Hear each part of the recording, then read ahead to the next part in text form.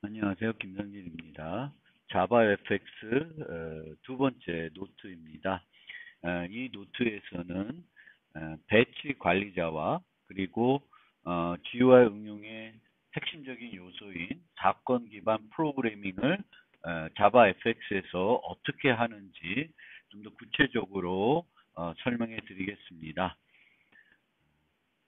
먼저 우리가 GUI 응용을 개발하게 되면은 사용자와 상호작용하기 위해서 여러 가지 화면을 구성하게 됩니다. 그래서 어떤 특정한 화면을 구성하기 전에 먼저 그 화면에 대한 설계를 해야 됩니다.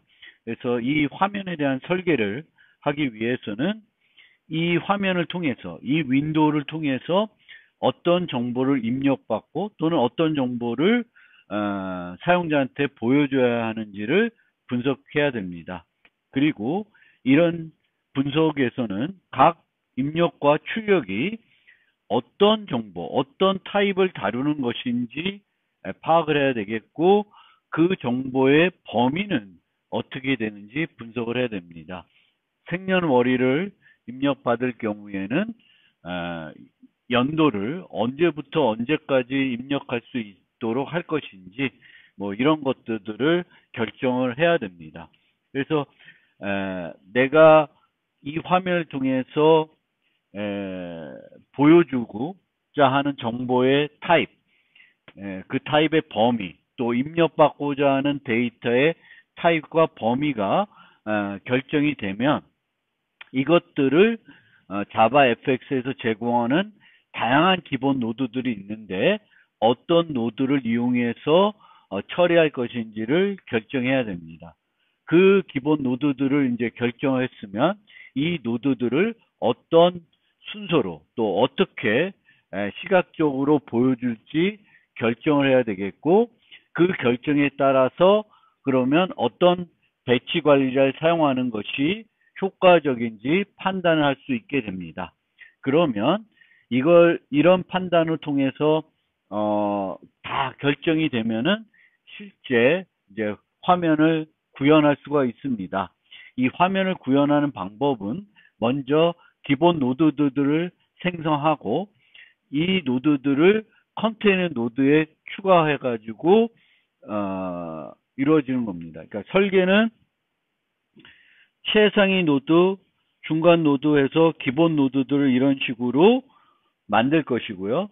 그 구현 자체는 아래서부터 위로 생성을 해가지고 진행을 할 수 있습니다. 물론 최상위 노드와 중간 노드를 생성하고 기본 노드를 생성하고 기본 노드, 중간 노드에 추가한 다음에 중간 노드를 최상위 노드에 추가하는 형태로 화면을 구성할 수도 있습니다. 근데 기본적으로는 이제 이런 기본 노드와 화면에 구성하기 위한 기본 노드와 컨테이너 노드들을 생성을 해서 기본 노드들을 적절한 컨테이너 노드에 추가하고 또 이 컨테이너 노드를 또 그 위에 상위 컨테이너 노드에 추가를 해서 내가 원하는 화면을 구성을 하게 됩니다. 이때 이 기본 노드들을 그러면 어떻게 생성을 하냐?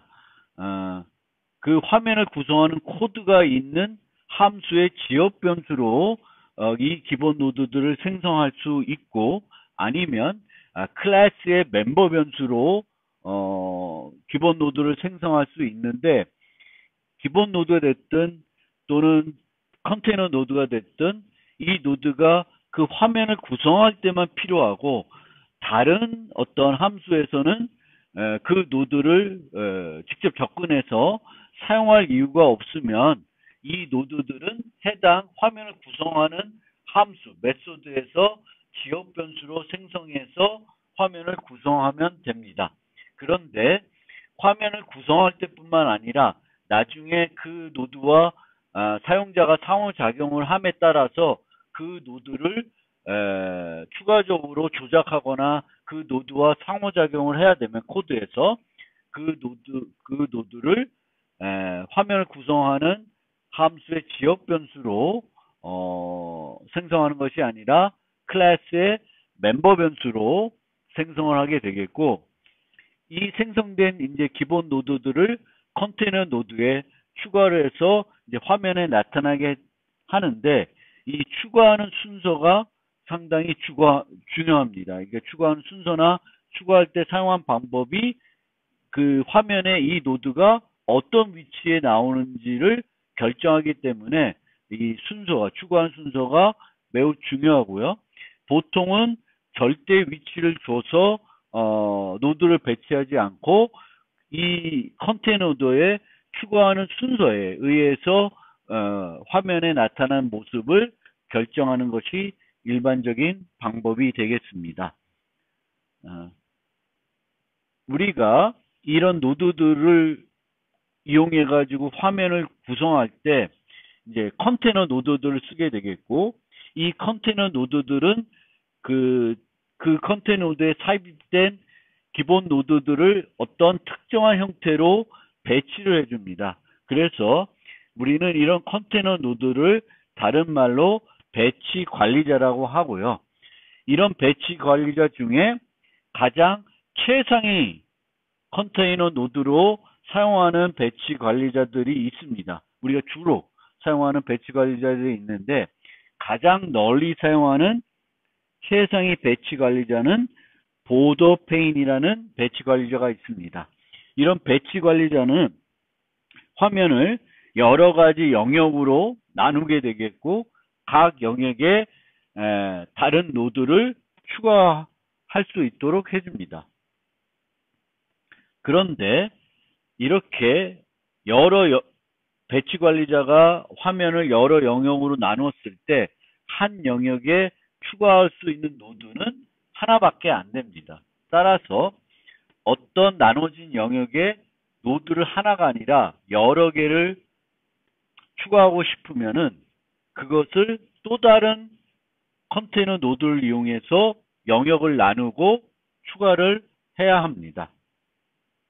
보더 페인은 화면을 총 5개의 영역으로 이런 형태로 나누어집니다. 이 5개로 나눠진 영역을 모두 사용할 필요는 없습니다.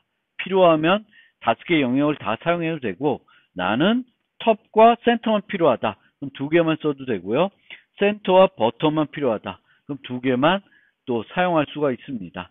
그래서 내가 요 영역에 어떤 것을 추가하고 싶으면은 set top, set bottom, set center, set left, set right를 이용하게 되겠고, 보통은 보드페인에 노드를 하나 추가하는 것이 아니라 다시 또 이 영역을 또 다른 배치 관리자로 나누어 가지고 거기에 기본 노드를 추가해서 내가 원하는 모습이 나타나도록 하게 됩니다. 자바 FX에서 제공하는 배치 관리자는 여러 가지가 있는데, 그 중에 몇 가지 많이 사용하는 배치 관리자들을 소개하면 방금 소개해드렸던 보더 페인이 있습니다. 5가지 영역으로 나누어지는 거고요. 페인은 기본적인 배치 관리자로 어떤 영역으로 나누어 주지는 않습니다. 그 다음에 플로우 페인은 노드를 어떤 영역으로 나누는 게 아니라 추가되는 순서대로 옆으로 붙여가지고 보여줍니다. 스택 페인은 여러 개의 노드를 추가할 수 있지만 항상 스택 페인의 맨 위에 있는 노드만 보여줘요. 그러면 그 맨 위에 있는 노드를 바꾸게 되면 보여지는 노드가 바뀌게 되는 겁니다. 그래서 그런 게 필요할 때는 이제 스택 페인을 사용할 수는 있습니다. 스택 페인에 여러 노드를 넣어놓고 그 위치를 바꿔가지고 현재 나타나는 하나의 노드를 바꾸는 거죠. 그렇게 할 때 쓰는 것이 이제 스택 페인이고, 그리드 페인은 노드를 영역을 이렇게 격자 형태로 나눠줍니다. 몇 개의 격자 나눌지는 우리가 결정해서 사용하면 되는데, 화면을 격자 형태로 나눠주는 거고요. 탭 페인은 우리가 그 브라우저처럼 또는 뭐 에디터처럼 여러 개의 탭으로 탭들이 나와서 탭을 누르면 탭이 바뀌는 형태로 GUI를 꾸미고 싶을 때는 탭 페인을 쓸 수가 있고요. 우리가 이클립스 같은 경우에는 보면은 영역을 나누고 이렇게 영역을 이렇게 크기를 우리가 조절할 수 있는데, 이런 게 필요할 때 쓰는 것이 스플릿 페인입니다. 스플릿 페인이고요. 앵커 페인이라는 거 있는데, 앵커 페인은 거의 사용이 되지 않습니다. 그래서 얘는 어떤 기준점을 둬서 항상 그 기준점과 상대적인 거리에 노드가 자리하도록 보장해 줍니다. 거의 쓸 일은 많이 없는 것 같고요. 그 다음에 이제 스크롤 페인, 그 나눠진 영역에 호리존털, 수평, 수직, 스크롤 바를 의 사용이 필요하면은 이제 스크롤 페인과 연동을 해야 되겠습니다. 그래서 스크롤 페인은 독자적으로 사용이 되는 그 배치 관리자는 아니고, 다른 배치 관리자와 같이 써서 이 수평바, 수직, 스크롤 페인이 필요할 때 이제 사용하는 것이고요. 또 어떤 영역이 있을 때 이 영역을 그냥 수평으로 또 수직으로 나눠야 될 경우에는 이 H박스, V박스를 많이 사용합니다. 그래서 이번 학기에 여러 가지 예제를 통해서 이제 화면들을 구성해 볼 텐데, 가장 많이 흔하게 사용하는 배치 관리자는 보더 페인, 그리드 페인, H박스, V박스입니다. 요 네 가지만 가지고 대부분의 것들을 할 수 있고, 필요에 따라서는 이제 탭 페인, 스플릿 페인, 스크롤 페인을 이제 활용하는 형태가 되겠습니다. 지금부터는 이제 배치 관리자 실제 사용해서 화면을 한두 개 한번 꾸며 보겠습니다. 첫 번째로는 로그인 창입니다. 로그인 창은 여러분들이 자주 접할 텐데요. 로그인 창에 우리가 필요한 정보가 뭔지부터 생각을 해봐야 되겠죠.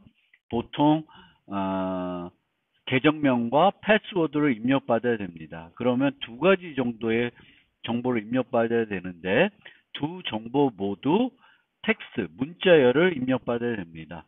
그런데 패스워드는 일반적인 문자 입력과 달리 타이핑하는 것을 숨겨줘야 되는 요소가 있습니다.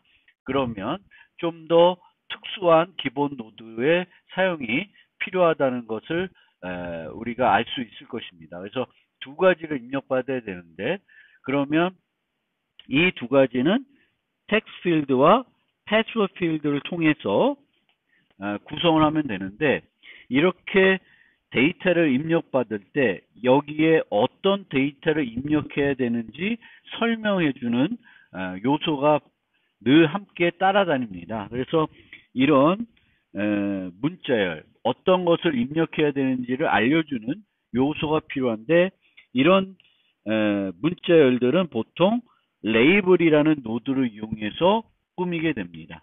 그리고 이렇게 모든 데이터가 입력이 완료가 되면은 버튼을 눌러서 이제 실제 접속을 시도하게 될 거죠. 그래서 이런 버튼이 또 필요하게 됩니다. 그래서 총 5개의 기본 노드를 이용하면 이와 같은 화면을 구성할 수 있겠다는 것을 우리가 알 수 있습니다. 그래서 이렇게 설계를 한 다음에 어떤 정보가 필요한지를 설계한 다음엔 어떻게 배치할 건지, 계정명부터 입력하게 하고 패스워드 입력할지 거꾸로일지, 보통은 이제 이런 구조를 하겠죠. 그러면 이렇게 노드들을 배치할 때 가장 효과적으로 사용할 수 있는 배치 관리자가 뭔지를 판단해야 됩니다. 격자 형태니까 그리드 페인이 그래도 가장 쉽게 처리할 수 있는 그런 배치 관리자가 됩니다. 그러면 이거를 코드로 살펴보면은 기본 노드들을 5개를 이제 생성하게 됩니다. 기본 노드들. 그런데 레이블하고 버튼은 요 화면을 구성할 때만 필요하지, 실제 로그인을 처리할 때 필요하지는 않습니다. 로그인 버튼이 눌러졌다는 것만 알면 되지, 그 눌러졌을 때 로그인 버튼하고 상호작용할 이유는 없습니다. 그런데 이 텍스트 필드와 패스워드 필드는 로그인 버튼을 눌렀을 때 어떤 문자를 사용자가 입력했는지 파악을 해야 됩니다. 그래서 이 화면을 구성하는 함수 말고도 다른 그 버튼을 눌렀을 때 처리하는 사건 처리자에서도 접근이 필요하기 때문에 그런 노드들은 지역 변수가 아니라 이렇게 클래스의 멤버 변수로 생성을 해주면 되겠습니다. 그 다음에는 이런 기본 노드들을 그리드 페인이라는 배치 관리자를 이용해서 배치할 거니까 그리드 페인을 생성을 한 다음에 이 페인을 좀 이쁘게 꾸미기 위한 요소들 설정을 해주게 됩니다. 요게 여백이고요. H갭은 그 수평 그 요소들 사이에 공백을 말합니다. V갭, horizontal 갭. horizontal 갭은 요것과 요거의 갭이고 V갭은 요거와 요거 위아래의 요소들 간의 그 갭을 우리가 지정해 주게 되는데 여기서는 H갭만 10으로 주고 있습니다. 그러니까 H갭은 요와 요 사이 지금 요 사이는 갭이 없죠. 갭을 안 쓰고 있습니다. 요 사이를 또 조금 띄우고 싶으면은 V갭을 쓰시면 됩니다. 그래서 set V갭 쉽게 하면 그것도 10픽셀이 띄어진 상태로 보여주게 되겠고요. 그 다음에 이제 그리드 페인에 실제 이 기본 노드 5개를 추가해 줘야 되는데 그리드 페인은 어떻게 추가하게 되면은 추가할 노드, 열 정보, 행 정보, 그리고 확장 여부. 요거는 필요하면 쓰고 필요하지 않으면 add가 이게 그 다중정이 돼 있어서 요것만 받는 그런 버전도 있습니다. 그래서 그 ID 레이블, 패스워드 레이블, ID 필드, 패스워드 필드는 열과 행 정보만 줘서 삽입을 하고 로그인 버튼은 여기서처럼 이 두 개의 행을 거쳐서 차지하도록 하기 위해서 로그인 버튼은 콜 스팬은 열 확장은 안 하고 행만 두 행을 차지하게끔 이렇게 설정해서 추가를 하면 요 모습으로 화면에 나타나게 됩니다. 그래서 이 그리드 페인을 이제 씬에 넣어서 보여주면은 실행을 하게 되면은 윈도우가 요런 형태의 화면이 나타나게 됩니다. 실제 코드를 한번 보면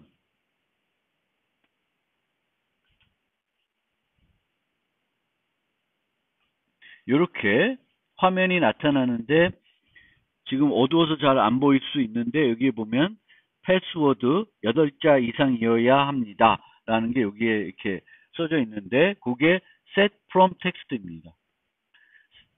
위에 것도 내가 입력을 안 하면 id는 이메일 형태입니다. 이렇게 입력할 정보에 대한 부가적인 정보를 텍스트 필드에 set from text를 이용해서 나타낼 수 있습니다.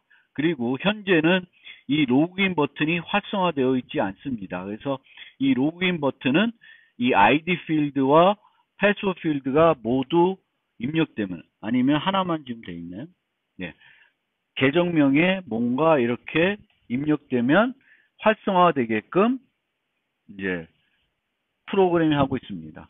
우리가 두 개가 다 뭔가 입력돼야 이 로그인 버튼을 활성화시킬 수가 있습니다. 그래서 이런 입력된 거의 여부는 셋온 키 타입 등 여러 가지 형태로 관찰을 해가지고 그 사건을 처리해가지고 요 로그인의 활성화 여부를 또 처리할 수 있습니다. 나머지는 이제 그 슬라이드에 보여드렸던 코드와 차이는 없습니다. 패스워드 필드는 입력하면 이제 안 보이는 형태로 이렇게 이제 나타나게 됩니다.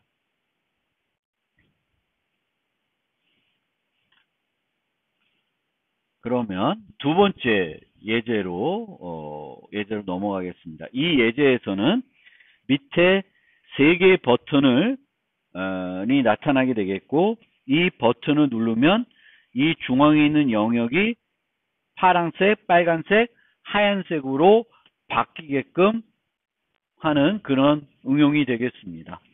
그러면 이런 응용을 만들고 싶으면은 요 메뉴는 좀 이따 설명드리고, 우선은 중앙에 어떤 색이 변경되는 노드가 있어야 되겠고, 그 다음에 이 밑에는 버튼이 3개 수평으로 나열이 돼야 됩니다.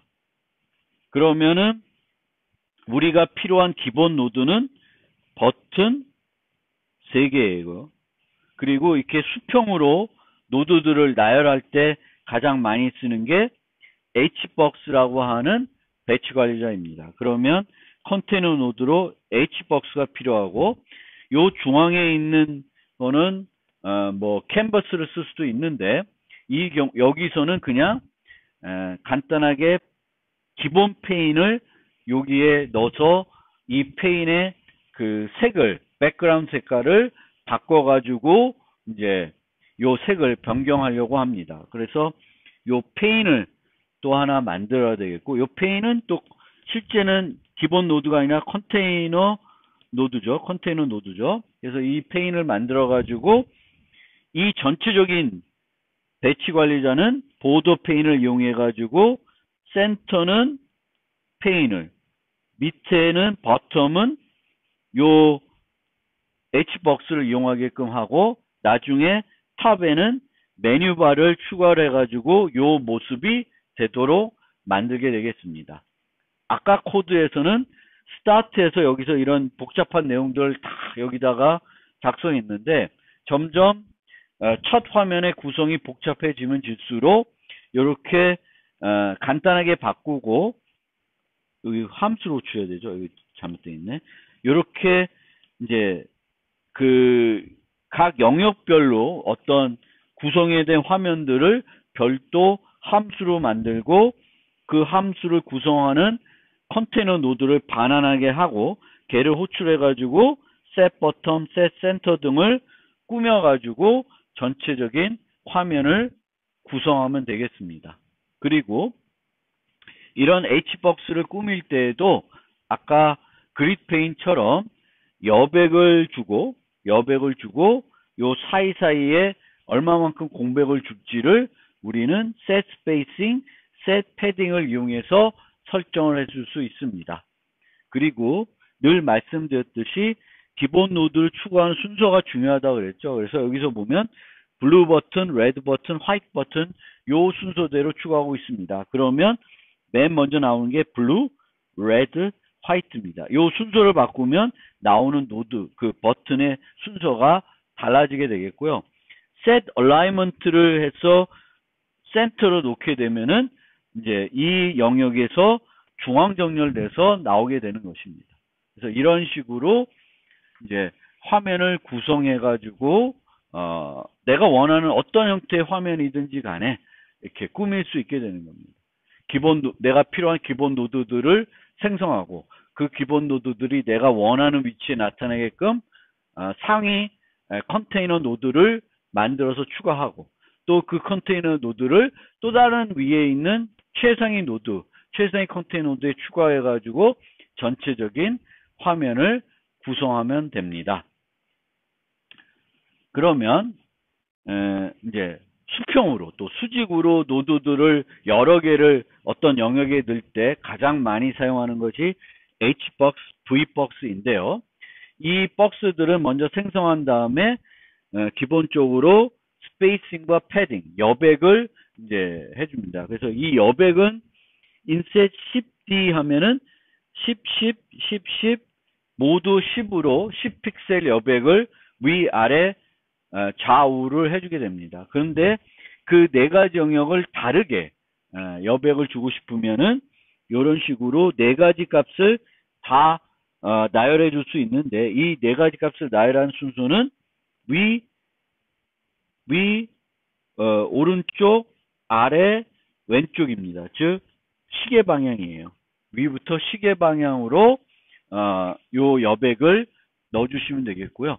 스페이싱은 요 공백을 말하는 겁니다. 그래서 동일한 크기의 공백을 넣어주고 싶으면 이렇게 셋 스페이싱을 설정해 주면 그 노드들이 그만큼 벌어져서 이제 처리가 되겠고요. 이렇게 벌어졌을 때 내가 윈도우를 늘리면 요 영역만 여기는 10D가 유지되고 나머지가 이렇게 늘어나게끔 원하면은 여기에다가 스페이서라는 걸 추가해 주면 됩니다. 이 스페이서를 주고 priority always 하게 되면은 늘리면 늘린 만큼 커집니다. 그래서 요런 스페이스를 그 추가할 때 요 사이에 요 그 여백 스페이스가 되는 거죠. 걔를 추가해 주면은 늘어나게 됩니다. 그래서 region도 필요하면 이제 추가할 수가 있고요. 그리고 이제 set alignment 통해서 그 정렬하는 거를 우리가 중앙 정렬할지 왼쪽 정렬할지 오른쪽 정렬할지 또 그 위아래에 그 수평에서 어디에 위치할지를 이제 각종 지정해 주면 되겠고요. 보통은 이제 많이 쓰는 게 포 센터면은 상하, 좌우, 중앙에 배치를 해주게 됩니다. 그 다음에 이 버튼들의 크기는 기본적으로는 원래 그 버튼에 들어가는 문자열의 크기에 의해서 그 크기가 결정이 됩니다. 그러면 문자열이 긴 것과 문자열이 작은 것들의 그 버튼의 크기가 다 다르게 돼요. 그런데 만약 버튼의 크기를 똑같이 만들고 싶으면은 어떻게 해야 되냐면은 맥스 위스가 아니라 민 위스를 지정해 주시면 됩니다. 그래서 가장 큰 거가 들어갈 수 있는 만큼의 크기를 잡아주면은 모든 애들이 80 픽셀로 폭이 80 픽셀인 상태로 나타나게 되는 거죠. 그래서 블루, 레드, 화이트가 다 똑같은 크기로 이제 나열이 되겠고요. 버튼 중에 이제 토글 버튼이라는 것이 있는데 이 토글 버튼은 일반 버튼과 달리 선택했을 때 선택된 상태를 계속 유지합니다. 그러니까 누르면 이렇게 눌러진 느낌이 오는데 이 토글 버튼을 누르면은 눌러진 상태대로 계속 머물러 있습니다. 그래서 얘가 선택, 보통은 우리가 원래는 라디오 버튼이나 체크박스 버튼을 이용하는데 토글 버튼 같은 게 필요하면은 일반 버튼도 토글 버튼으로 생성을 해가지고 선택된 것처럼 우리가 꾸밀 수가 있고요. 여러 개 중에 특정한 것만 선택하게끔 만들기 위해서는 토글 그룹으로 묶어줄 수 있습니다. 이 토글 그룹 묶는 거는 라디오 버튼을 설명드릴 때 다시 한번 설명해 드리겠습니다. 지금부터는 사건 처리에 대해서 좀 더 자세히 설명드리겠습니다. GUI 프로그램이 한다는 것은 사건 기반 프로그램이 한다는 것과 같습니다. 화면을 구성하게 되겠고 화면을 그 사용자가 상호작용하게 되면은 그 여러 가지 사건들이 발생하게 되겠고 그것에 대해서 반응하도록 프로그램을 작성하는 것이 GUI 프로그래밍입니다. 그래서 여기서 우리가 말하는 사건은 동기적인 사건은 아니고 언제 발생할지 얼마나 자주 발생할지 예측하기 어렵습니다. 어려운 비동기적인 사건입니다. 사용자가 언제 그 버튼을 누를지 이 버튼을 몇 번 누를지는 미리 알 수는 없습니다. 그래서 이런 비동기적으로 발생하는 사건들을 처리해야 되는데 이 사건을 처리하기 위해서 우리가 알아야 되는 건 사건 소스, 사건 처리자, 사건 객체 등입니다. 그래서 이 자바 FX 등 객체 지향 프로그램에서는 보통 사건이 발생하면 그 사건과 관련된 정보를 담은 사건 객체가 생성이 되고요. 그 사건 객체가 그 사건을 처리하는 함수, 객체나 함수에 전달이 됩니다. 그리고 우리가 사건이 발생된 관련 노드가 있습니다. 그 노드를 우리는 사건 소스라고 그래요. 예를 들면 사용자가 특정한 버튼을 클릭하면 그 클릭한 사건의 소스는 그 버튼이 되겠습니다. 그래서 우리가 특정한 사건에 대해서 반응하고 싶으면은 그 반응할 때 해야 되는 일을 함수로 작성하게 되겠고, 그 함수를 등록을 해서 사건 소스에 등록을 해서 그 사건이 발생됐을 때 이 함수를 실행하라고 등록을 해가지고 GUI 프로그래밍을 사건을 처리하게 됩니다. 그래서 이렇게 등록하는 함수를 우리는 사건 처리자라고 합니다. 원래 자바 초기에는 함수에 다른 함수를 인자로 전달할 수 없었습니다. 그래서 함수를 등록하는 것이 아니라 객체를 등록해야 되겠고, 이 객체는 특정한 메소드를 가지고 있어야 돼요. 아무 객체나 등록할 수 없고, 사건을 처리해야 되면은 이 사건 처리할 때 이 객체가 등록되어 있으면 이 객체에 A라는 B라는 메소드를 부르게끔 그 프로그램이 구성이 돼야 됩니다. 그걸 위해서 예전에 자바에서는, 초기 자바에서는 이제 인터페이스를 활용했습니다. 그래서 이런 식으로 일반적인 클릭 사건을 처리할 때는 이벤트 핸들러라고 하는 인터페이스를 구현하게끔 했고, 이 이벤트 핸들러 인터페이스를 구현하게 되면은 핸들이라는 메소드, 액션 이벤트를 받는 핸들이라는 메소드를 구현하게끔 요구를 하고 있었습니다. 그러면 사건 처리자를 만들고 싶으면은 이런 형태의 클래스를 만들고, 이 클래스의 객체를 생성해서 사건 소스에 등록을 해서 됐습니다. 근데 이제는 이렇게 할 필요 없이 메소드만 만들면 되겠고, 그 메소드가 꼭 이 형태를 따르지 않아도 등록해서 사용할 수가 있습니다. 이거는 이제 자바 8 이후에는 그렇게 할 수가 있고요. 따라서 최근에는 이런 사건 처리자 클래스를 만들지 않고 함수만 만들어서 등록해서 사용을 하게 되겠습니다. 그래서 사건 처리하는 과정을 간단하게 요약하면 노드를 생성하고 처리자를 생성하고 처리자를 등록을 해야 됩니다. 그래서 예전에는 이런 식으로 사건 클래스를 만들고 사건 객체를 여기다가 등록을 했는데, 지금은 이제 그렇게 하지 않고 함수를 만들고요. 이 함수를 꼭 예전에 그 사건 처리자 만드는 요 형태를 그대로 따라도 되고 따르지 않아도 돼요. 따르지 않아도 되고, 이런 식으로 따를 경우에는 이렇게 할 수도 있고, 이런 식으로 람다에서 그 메소드 참조라고 하는 더 간결하게 프로그램할 수 있는 방법을 사용해도 되고, 여기다가 직접 이런 식으로 람다 표현식을 이용해서 그 처리할 함수를 인자를 호출할 때 정의할 수도 있습니다. 그래서 여러 가지 방법을 할 수 있는데, 이 방법은 여기서 처리하는 내용이 복잡하면은 권장되는 사항은 아니고, 이 방법이나 이런 방법을 이용해 가지고 사건 처리자를 등록하면 됩니다. 함수를 만들고 그 함수를 이런 셋온 액션을 이용해서 등록을 하면 됩니다. 그러면은 그 사건이 일어나면 이 함수가 자동적으로 호출이 되는 것입니다.